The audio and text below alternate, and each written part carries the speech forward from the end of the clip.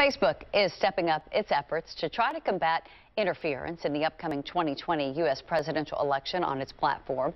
CEO Mark Zuckerberg outlined those efforts today, and he says that Facebook is now spending billions of dollars on safety and security on the platform, and that the company is now doubling down on transparency on political Facebook posts. So for more on all of this, let's bring in Ryan Eldridge of Nerds on Call. And Ryan, there are a number of things that Facebook says it's going to start doing.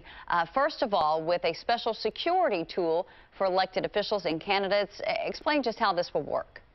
So Facebook Protect is something that if you work on a campaign or you're involved in a campaign at all, officially you can enroll in Facebook Protect, which puts a little more security on your accounts. It requires two-factor authentication, so nobody can just log in regularly. And if they notice a lot of activity of people logging into the account, getting false passwords, they'll lock down the account a lot easier.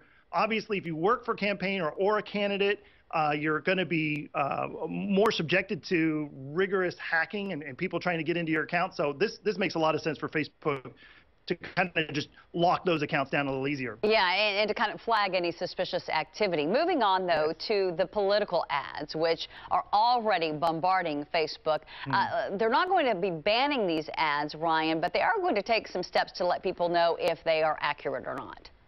Yeah, basically, Facebook has brought in a bunch of third parties to come in and help them work out different policies to determine what is a political ad. If you think about how our elections have worked pre-2016, if somebody posted an ad on a website or someplace else, we kind of assumed that somebody was vetting that somewhere. Much like on television, you can't just say whatever. But it turns out you can say whatever you want, and nobody was watching. And so now they've brought in all these third parties to do fact-checking on posts, as well as make sure that there's authentication behind who's posting. For an example, they've got a page transparency. You might have seen it. If you go to a page, you can kind of see who owns the page. But now you can also see who manages the page as well, because an organization may set it up, but have an entirely different marketing company running it. And one of the other things they're doing is if a company has a lot of influence, they're getting a lot of likes, they're getting a lot of shares, there seems to be a lot of content coming out of this particular organization, there's a business verification system they're going to subject these pages and posters to make sure that there's some legitimacy behind who's doing all this activity. And if those ads do turn out to be false, they're going to let people know, hey, this didn't quite check out. Yeah, this is the most brilliant part. As soon as I saw this, I said, this is exactly what we need. Essentially, they gray out the ad entirely so you don't see it.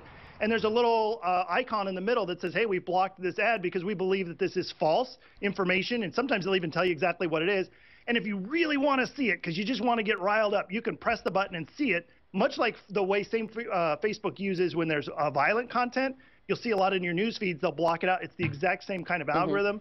And it works really great. Yeah, and then I was also reading that those ads that sort of are hoping to kind of confuse voters, for example, saying that election is going to be held on this day when it's really held 2 weeks later, that those will, in fact, now be banned.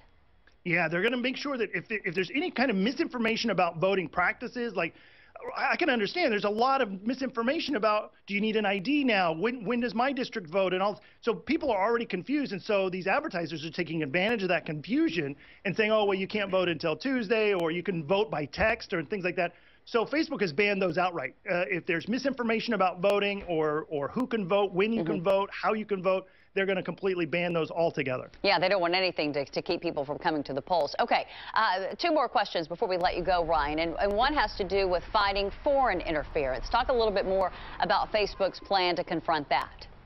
Well, essentially, they've been able to determine, or they brought in a bunch of people to help determine what is state-controlled media, what are being posted from foreign actors. And once they've determined that, they'll take down these networks. So they just today announced that they took down 4 networks. One was a Russian network, and 3 of them were Iranian networks that were posting false information, different things that were just trying to influence our election. So they're being much more aggressive about doing it. Mark Zuckerberg in the post said that they were leaning forward instead of being on their back foot about this sort of thing, where they used to be reactionary. Oh, look, there's a post, let's take that down. Now they're making sure that they're really checking it out first. And they're saying that 90% of the information that gets posted online, they're able to take down before someone actually sees it. So they're really working hard to try to help this out. ultimately what it really needs is some sort of government regulation, much like television and newspapers and radio has been dealing with for years, about what can be posted and how it's going to be displayed and all this other. And unfortunately, Facebook's just doing the best job they can in this kind of environment. And the last thing is also, trying to increase transparency. Yes. Yeah, so they're labeling these pages and the ads of who's posting them.